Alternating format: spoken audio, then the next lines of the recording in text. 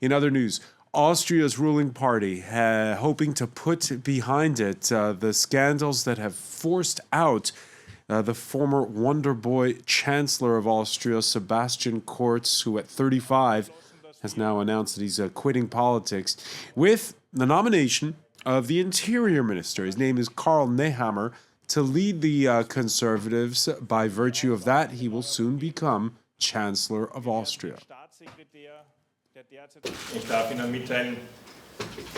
I am pleased to inform you that today I've been unanimously appointed by the party executive of the New People's Party as the acting federal party chairman, and at the same time as the candidate for the federal chancellor in the consultations with the federal president.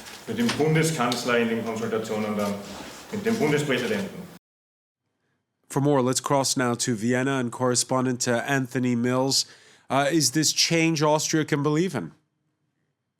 Well, a certain portion of Austria, maybe the 20% or so who are still behind the People's Party in the latest polls. That's a drastic drop from the giddy heights of 37% or so, by some accounts even above 40%, to which the former, as you say, shooting star Sebastian Kurz had led the party. It's a major fall in popularity.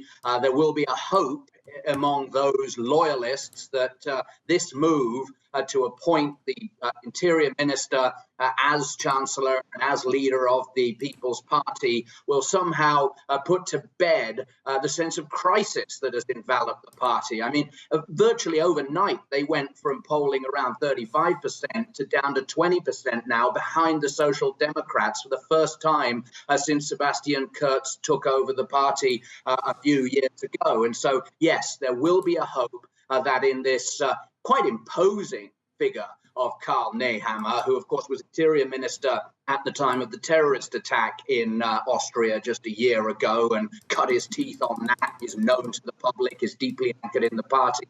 There's a hope that he will be able to suck the oxygen out of the crisis. And Sebastian Kurz, when he says he's quitting politics for good, can we believe him? In short, no. We don't know for sure. What we do know is that life on the bench, as it were, in Parliament was not something that he was ever going to really enjoy. He really liked being in the limelight.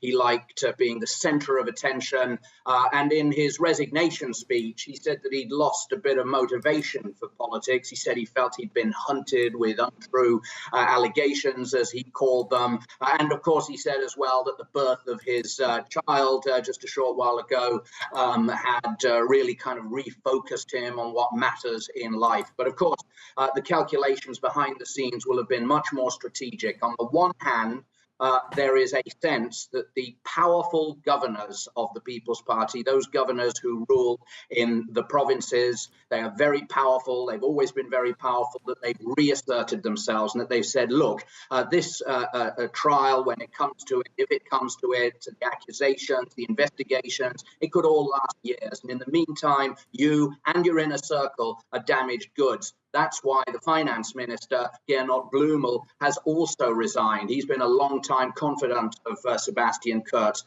That's the one side, a sense that those powerful provincial governors have reasserted themselves. On the other, it may very well be that Sebastian Kurz has decided, from a strategic perspective, to sit it out, to combat the allegations in the hopes that they won't stick. And if they don't, even if that's in a few years, he's only 35, he may very well be back. Anthony Mills reporting from Vienna. Many thanks.